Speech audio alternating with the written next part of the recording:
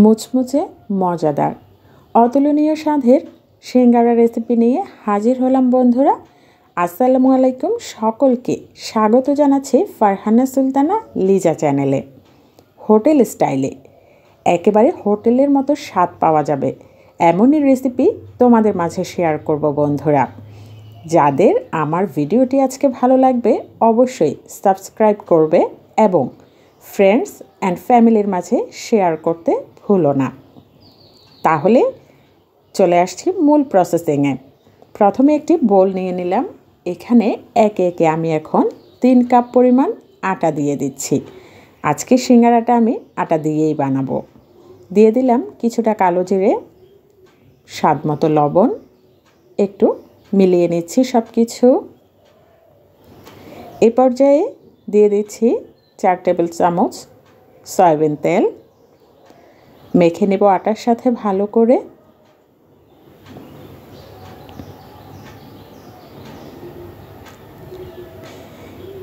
ভালো করে মেখে নেওয়ার পর ঠিক যখন ডোটা অর্থাৎ আটাটা এরকম দলা পাকিয়ে আসবে, অর্থাৎ মুঠোয় নিলে এরকম দলা হবে, ওই পর্যায়ে আমি এখন রুম টেম্পারেচারে রাখা নর্মাল পানি অর্থাৎ ঠান্ডা পানি দিয়ে দিচ্ছি। এই ডোটাতে কিন্তু কোনোভাবে গরম পানি বা কুসুম গরম পানি কোনোটাই ব্যবহার করা যাবে না, তাতে করে কিন্তু সিঙ্গারার ক্রিসপি ভাব পাওয়া যাবে না। তো পুরো ডোটা তৈরি করতে আমার 1 কাপ পরিমাণ পানি লেগেছে। 3 কাপ আটার জন্য 1 কাপ পরিমাণ পানি লেগেছে আমার, কারণ এই ডোটা খুব বেশি সফট হবে না, একটু হার্ড থাকবে। তো প্রেস করার পরে বুঝতেই পারছেন ডোটা উপরের দিকে উঠে আসেনি। এই পর্যায়ে আরেকটু তেল ব্রাশ করে এখন আমি এটাকে রেস্টে রেখে দেব হাফ অ্যান আওয়ার। আর এর মাঝে এখন আমি সিঙ্গারার জন্য পুর তৈরি করে নেব। নিয়ে নিলাম 3টি আলু কুচি করে। চুলায় তেল দিয়ে দিয়েছি একটা পেঁয়াজ কুচি। একটু ভেজে এখন দিয়ে দিচ্ছি হাফ চামচ করে আদা রসুনের পেস্ট। একটু ভেজে নেব, অর্থাৎ মশলার গায়ের গন্ধটা ছেড়ে আসলেই মিশিয়ে নেব একটা টমেটো কুচি। আমি বড় সাইজের একটা টমেটো কুচি দিয়েছি এখানে। কিছুটা টমেটোকেও ভেজে নেব, অর্থাৎ টমেটোর গায়ের গন্ধটা ছেড়ে আসা অবধি। এখন দিয়ে দিচ্ছি স্বাদ মতো লবণ, হলুদের গুঁড়ো, মরিচের গুঁড়ো, ধনে গুঁড়ো। এখন মশলাটাকে একটু কষিয়ে নেব।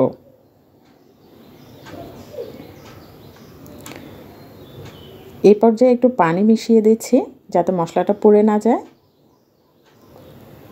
কিছুক্ষণ সময় ধরে এভাবে মশলাটাকে কষিয়ে নেব উপরে তেল উঠে আসা অবধি।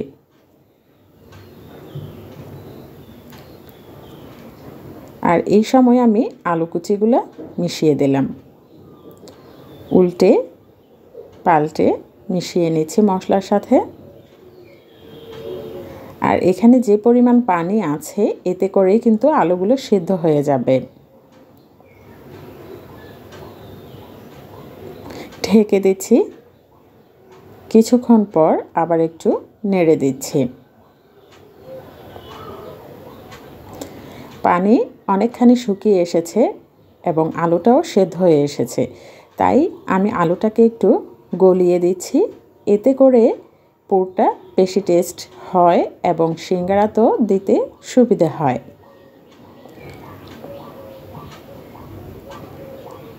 একেবারে শেষ পর্যায়ে এখন আমি মিশিয়ে নিচ্ছি 3-4টে পরিমাণ কাঁচামরিচ। আপনারা আপনাদের ঝাল অনুসারে মরিচ ব্যবহার করতে পারেন। দিয়ে দিলাম গরম মশলা গুঁড়ো আর 2-3টে পেঁয়াজ একটু হালকা ছোট ছোট কিউব করে কেটে নিয়েছি।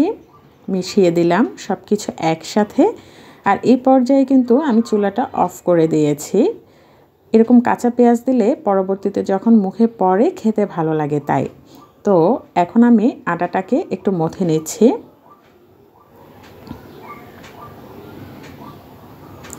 একটু মথে নেওয়ার পরে এখন আমি স্লাইস করে কেটে নিচ্ছি।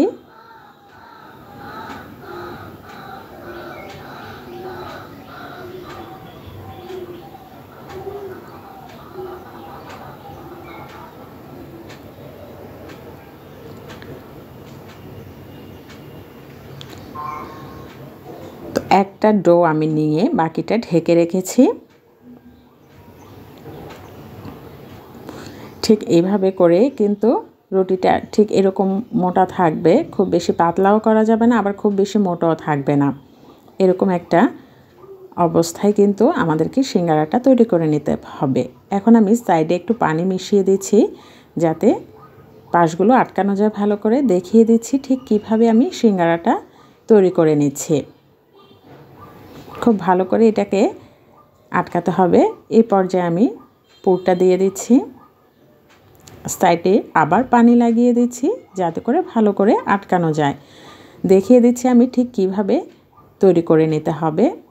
আমি 3টা শেপে দেখাবো, আপনারা প্লিজ একটু ভালো করে খেয়াল করবেন আমি ঠিক কীভাবে তৈরি করে নিচ্ছি। এখন আরেকটা শেপ দেখাবো।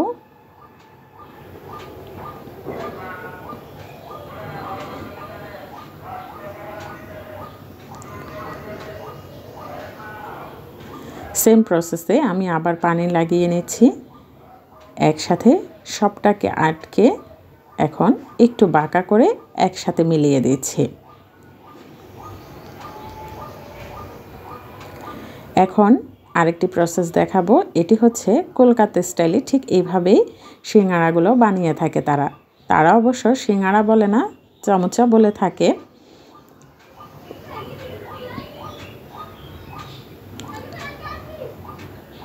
আবারও সেম প্রসেসে মিলিয়ে নিচ্ছি। তারা এভাবে একটু মিলিয়ে নিয়ে তারপরে সবটাকে একসাথে করে দেয়, এটিকেই তারা চমচা বলে থাকে। তো একে একে আমি 3ভাবেই তোমাদেরকে দেখিয়ে দিলাম, নিশ্চয়ই তোমরা বুঝতে পেরেছ ঠিক কিভাবে সিঙ্গারাগুলো বানিয়ে নিতে হবে। তো আমি অনেকগুলো বানিয়ে নিলাম, এগুলো এভাবে আমি ফ্রিজে রেখে দিব, একটু ফাঁকা ফাঁকা করে রাখতে হবে। আর যখন এগুলো শক্ত হয়ে যাবে তখন আমি এগুলো বক্সে ভরে ডিপে রেখে দেব। ভালো করে তেল গরম করে নিলাম। তবে সিঙ্গারা বা যে কোনো ধরনের স্ন্যাক্স ভাজার ক্ষেত্রে তেলটা কিন্তু খুব বেশি গরম করা যাবে না, আর ভাজতে হবে একদম লো মিডিয়াম হিটে। তো আমি তেলটাকে খুব বেশি গরম করিনি, হালকা একটু গরম করেই কিন্তু আমি সিঙ্গারাগুলো ছেড়ে দিয়েছি। তোমরা দেখেই নিশ্চয়ই বুঝতে পেরেছ ঠিক কীরকম গরম ছিল। আর পুরো কাজটা অর্থাৎ সিঙ্গারাগুলো কিন্তু একটু ধৈর্য সহকারে তোমাদেরকে ভাজতে হবে, না হলে ক্রিস্পি ভাবটা কিন্তু তোমরা পাবে না।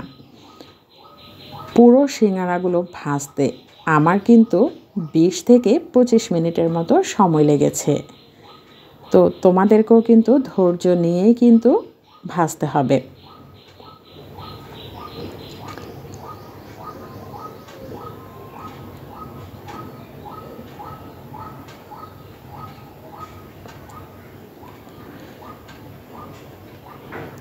এই পর্যায়ে সিঙ্গারাগুলো আমার ভাজা হয়ে গেছে, অর্থাৎ একদম মুচমুচে ক্রিস্পি ভাব চলে এসছে সিঙ্গারাগুলো।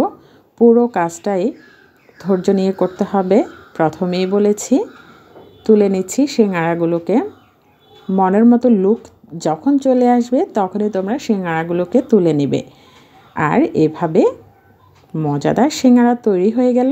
আজকের জন্য এই পর্যন্তই। ভালো থাকবে সবাই, আল্লাহ হাফেজ।